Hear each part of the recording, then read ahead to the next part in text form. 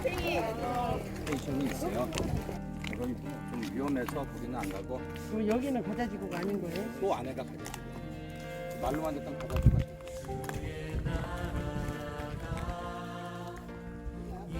들이 우리가 가자지구를 바로 눈앞에서 이제 보고 있는 현장입니다. 우리가 이쪽 한번 보시면은 그쪽을 보면서 더 설명하겠습니다. 여러분들이 뉴스에서 이스라엘에 관련된 것들을 들으면 가장 많이 이렇게 TV에 나오는 곳이 바로 여기입니다. 이 분리장벽 넘어가 이제 가자 스테이션이 돼서 이곳에서 팔레스타인 사람들이 이제 살아가고 있습니다. 그리고 정말 이 정도만 넘어오면 바로 여기는 이스라엘 땅이고 이 중간은 한국식으로 얘기하면 DMZ라고 생각하시면 됩니다. 서로 공유하면서 들어가지 않는 것이죠. 이 가자지구를 좀 설명을 드린다면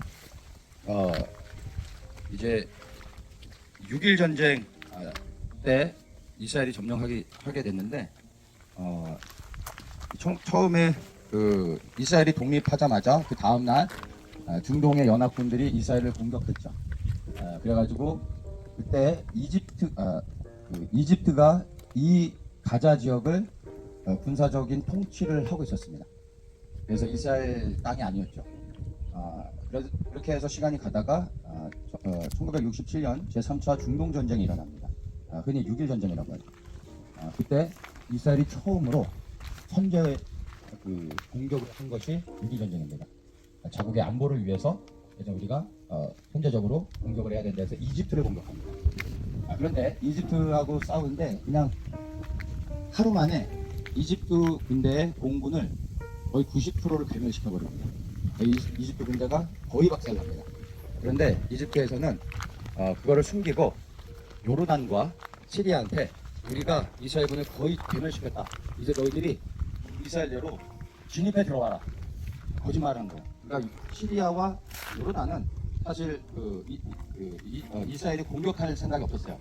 이집트 쪽에서 계속해서 안보적인 위협을 줬기 때문에 국가를 보호하는 차원에서 이스라엘이 이집트를 공격한 겁니다. 그런데 이집트가 거짓말을 하면서 시리아와 요르단으로부터 이제 전쟁에 가담해 줄 걸 요청한 거죠. 그러니까 이제 거의 이스라엘군을 괴멸시켰다고 하니까 이게 기회다 해서 이스라엘의 땅을 빼앗기 위해 시리아와 요르단이 침공에 들어옵니다. 그게 하나님의 놀라운 또 전략인 거죠. 이들이 침공해 왔기 때문에 이스라엘은 합법적으로 나라를 보호하기 위해 이들을 공격할 수 있는 빌미가 된 거죠. 그래서 이스라엘이 완전히 요르단과 시리아를 괴멸시켜버립니다. 그러면서 가자 지역을 그때 6.1 전쟁 때 이스라엘이 빼앗았고 그리고 골란구원을 그때 빼앗았습니다. 동예루살렘은 그 당시에는 요르단의 영토였습니다. 예루살렘도 요르단 소속이었습니다. 그런데 요르단이 쳐들어온 것으로 인해서 동예루살렘을 완전히 이스라엘이 장악을 하게 됐죠. 그리고 골란구원을 장악하는 것은 이스라엘 안보에 너무나 중요하거든요. 골란구원이 높은 산지로 되어 있는데 시리아 땅이었어요. 그럼 시리아 산지에서 이스라엘을 내려다보면 이스라엘이 훤히 다 보입니다. 그래서 그 위에서 미사일을 쏘면 이스라엘이 속수무 책입니다. 시리아에서 공군이 올라오는 순간 그냥 이스라엘은 괴멸되는 거예요. 그래서 골란구원을 장악하지 못하면 이스라엘은 치명적인 안보의 위기를 겪을 수밖에 없는데 6.1 전쟁 때 골란구원을 빼앗고 지금까지 돌려주지 않고 있는 거예요. 계속 요구하고 있지만 골란구원을 양보해주는 순간 이스라엘의 안보는 끝나버린 겁니다. 절대 내주지 않죠. 그래서 오히려 이들이 공격한 것으로 인해서 이스라엘이 골란구원과 그 당시에 이제 여리고, 이제 동예루살렘 이곳을 다 확보를 하게 됩니다. 이스라엘 영토로 취하게 되는 것이죠. 그렇게 해가지고 이스라엘이 이 가자 지역도 유대인이 들어가 살기 시작하고 이스라엘 땅이었었는데 1994년에 이스라엘이 팔레스타인과 협약을 맺게 됩니다. 그것이 오슬로 협정입니다. 빌 클린턴의 중재로 이들이 평화협정을 맺게 되는 겁니다. 그래서 어떤 조약이냐면 이제 더 이상 싸우지 말자. 중동의 분쟁이 끝나는 것이 이스라엘과 팔레스타인의 분쟁이 끝나는 게 세계 평화가 오는 것이다. 세계 평화를 위해 이제 싸우지 말자. 뭐 어떻게 해야 되냐? 너희들이 땅을 양보해라. 그러면 팔레스타인이 더 이상 너희도 공격하지 않고 분쟁하지 않고 우리가 평화롭게 지낼 거다. 이렇게 합의를 한 거예요. 그래서 그때 이스라엘이 건국 이후에 최고의 실수를 한 거죠. 하나님의 땅을 나눠준 겁니다. 자진해서 줘버린 거죠. 가자 지구를 그때 팔레스타인에게 넘겨줍니다. 여리고하고 가자 지역을 팔레스타인에게 넘겨줍니다. 그리고 가자 지역에 살고 있었던 모든 유대인들을 강제로 추방시켰습니다. 그렇게 해가지고 빌 클린턴과 그리고 이스라엘의 총리, 그 당시에 총리가 라빈이었는데 라빈과 팔레스타인 그 이제 아라파트 수장이 공동으로 노벨 평화상을 받게 됩니다. 그리고 세상이 환호했습니다. 세계 평화가 왔다. 그런데 세계 평화가 왔습니까? 우리가 보는 현실이 어떻습니까? 이스라엘에 가장 치명적으로 위협이 되는 곳이 가자 지역입니다. 이제 가자 지역을 내어주고 난 후에 이 가자 지역을 점령한 이제 사람들이 하마스죠. 하마스는 합법적으로는 팔레스타인 자치기구에서는 합법적인 정치 정당입니다. 그런데 실체가 뭡니까? 테러리스트들입니다. 테러리스트들이 이곳을 점령하고 통치하고 있습니다. 그래서 지금 현재 이 가자 지구 내에 수많은 땅굴들이 있어가지고 여기에 수많은 미사일들 그리고 이란으로부터 해서 지원을 받으면서 끊임없이 이스라엘을 가장 괴롭히고 남부에 가장 치명적인 위협을 주는 곳이 이 가자 지역입니다.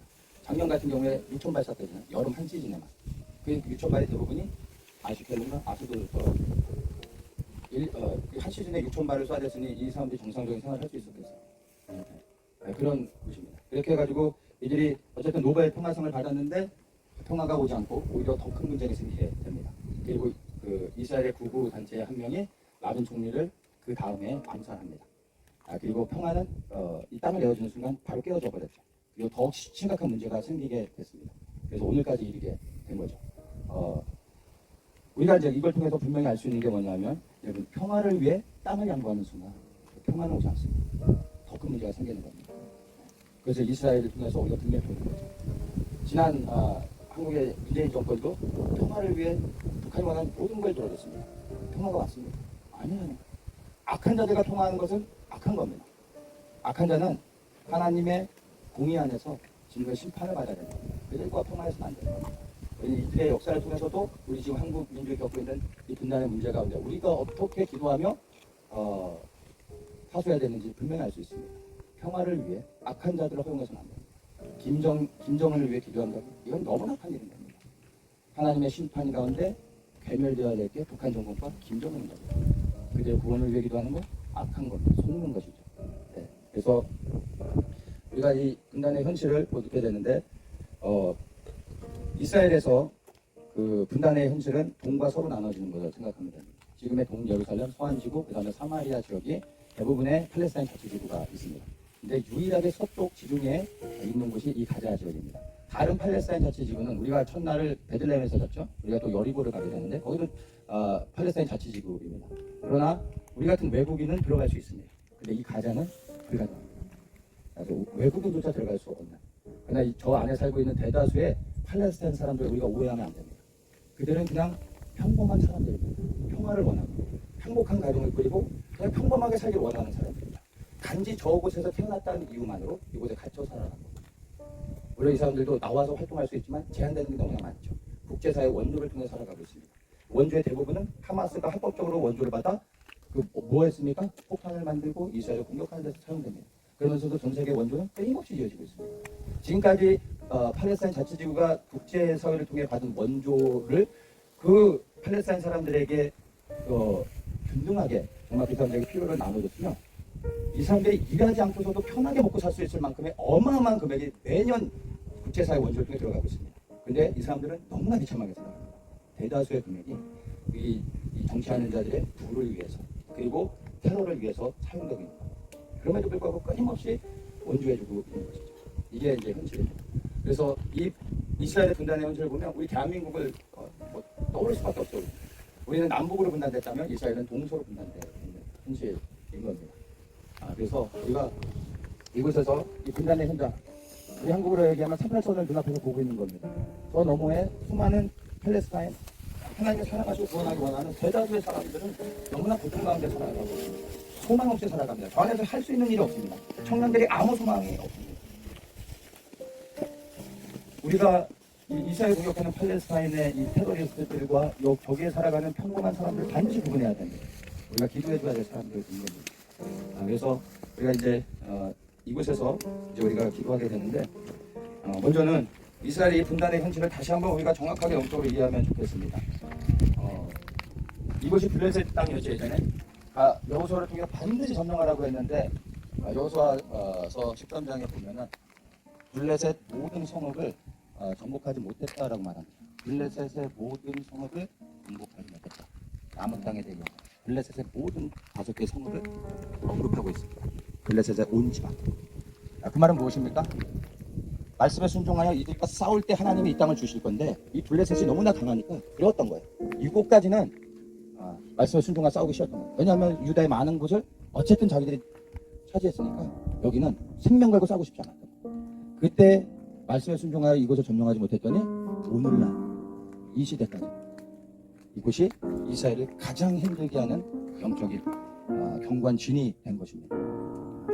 우리가 이 시간 이 팔레스타인을 바라보면서 기도할 때 이들을 향하여 우리가 절대 분노하는 마음을 가져서는 안 됩니다. 이 안에 살고 있는 수많은 사람들, 저 문이 열리고 악한 자들이 무너져야 이들이 복음을 듣고 이들도 구원받아야 될 사람들이고 하나님 앞에 나와 그다음에 찬양해야 될 사람들이거든요. 그래서 우리가 이제 이곳에서 이스라엘의 평안을 위해 그리고 이스라엘의 땅의 회복을 위해 기도할 때 우리가 이 팔레스타인 정말 하나님이 사랑하시는 그 영혼들을 우리가 구분해서 그들을 축복하며 또 품으며 이 시간 기도하기를 원합니다. 우리 이 시간 찬양할 때 저곳을 바라보면서 예수님이 저곳을 바라보실 때 예수님의 마음이 어떨까? 저 안에 살고 있는 수많은 하나님의 사랑하는 백성들을 향한 예수님의 마음이 어떨까 생각하면서 우리 시간 한번 같이 찬양함으로 나가도록 하겠습니다. 예수 영원한 왕 예수 모든 자들 주 음성에 경배해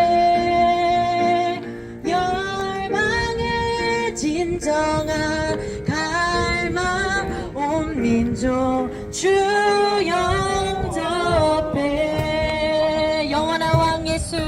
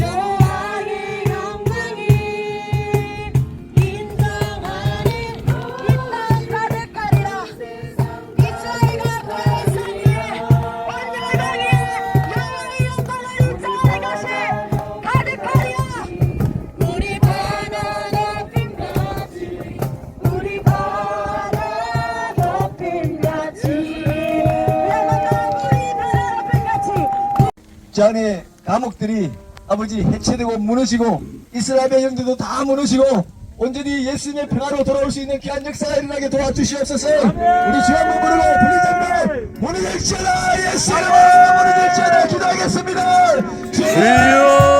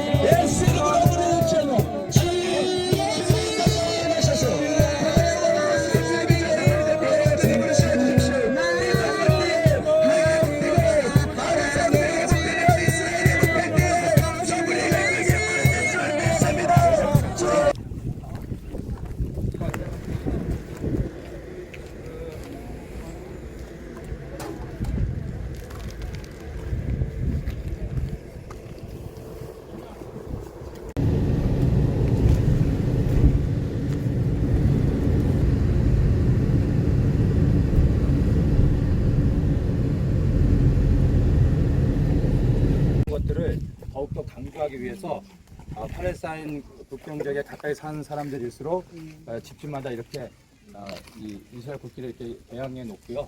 그러니까 이 사람들이 이 국기 개양하는 거 하나 가지고서도 이 땅에 살아가고 있는 사람들의 마음의 상태가 어떤지를 알 수가 있는 거죠. 그래서 정말 생명 걸고 땅을 지키며 그리고 그 땅에 진짜 버티지 않으면 땅을 지킬 수 없는 겁니다. 근데 그런 것도 우리가 생각하면서 영적으로도 우리가 하나님이 부르신 자리, 있어야 될 자리에서 서서 생명 걸고 순종함을 지키는 것, 이것도 우리에게 적용되어 줄 수 있는 부분이죠. 요거 세 분이 그 90년대부터 계속 선발된 전투들이 있었는데 이 2012년도에 또 굉장히 큰 또 전투가 있으면서 그 당시에 이제 전투 중에 이제 사망하신 분들입니다. 이 지역에서 싸우다가 그러신 거. 그래서 전사자는 3명이지만 그 전부터 빈번하게 선발적인 그 전투들이 계속 있었고요. 이쪽으로 이제 앞으로 오시겠습니다. 자, 지금 아까 우리가 저쪽에 있었고 여기 보면은 분리장벽들이 있다가 흑산이 됐죠. 저 흑산조차 예전에 없었어요. 그래서 지금 이제 흑산으로 조금 쌓아놓은 거예요. 그리고 그 밑에는 이제 비어 있죠. 그래서 요쪽으로 쭉 가면 이제 그 바닷가잖아요. 근데 요렇게 돌아서 오면은 그냥 일로 나오는 거예요. 그리고 지금 여기 보이는 요 지역 저 앞에 철조망 보이죠? 철조망이 끝이 저쪽을 향하고 있습니다. 그 말은 저쪽에서 못 넘어오게 하는 거예요. 근데 사실은 이제 여기는 이제 비무장지대 BMJ라고 생각하면 돼요. 근데 이제 이쪽에서 넘어와가지고 이런 데로 철조망을 끊고 넘어올 수 있는 거예요. 그래서 이스라엘 군인들이 무인 시스템으로 이런 데를 이제 지키는 겁니다. 그러면 이제 마구마구마 쉽게 여기만 넘어오면 바로 이스라엘 마을이 되는 거예요. 그러니까 항상 위험에 노출돼 있는 상태에서 살아가고 있다는 걸 보여주는 거고요. 저쪽이 아시켈론입니다. 저쪽 도시가. 그리고 요 앞에 보이는 게 이제 여기가 상업지구가 아주 발달되어 있는데 웃기는 거는 가자 지역의 상수도를 아시켈론에서 보내줍니다. 그래서 수도 공급이 아시켈론에서 가자 지역으로 보내주는데 얘들이 가장 많은 미사일을 쏘는 데가 아시켈론과 아시도시예요. 자기네 수도 공급을 해주는데 거기다 대고 막 쏴대는 거예요. 그러니까 이게 정상적인 게 아니라 정말 이 하마스가 얼마나 악한 자들인 거를 알 수가 있는 거죠. 그래서 저쪽을 배경으로 해서 여러분들 사진도 좀 찍으시고 그렇게 잠깐 좀 둘러보고 그 다음에 제가 차를 타고 이제는 이영광 선교사님 댁에 가서 라면을 먹도록 하겠습니다. 자, 우리 같이 찍겠습니다. 우리도 저거 하자. 우리가 하면 품이 안 나.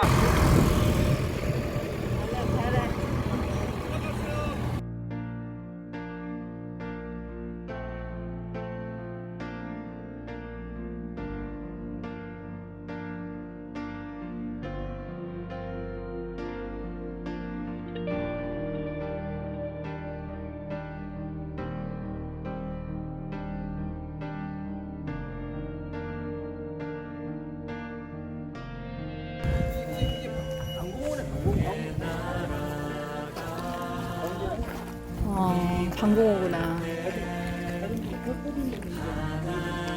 이영관 선교사님 댁에 가서 라면을 먹도록 하겠습니다. 라면에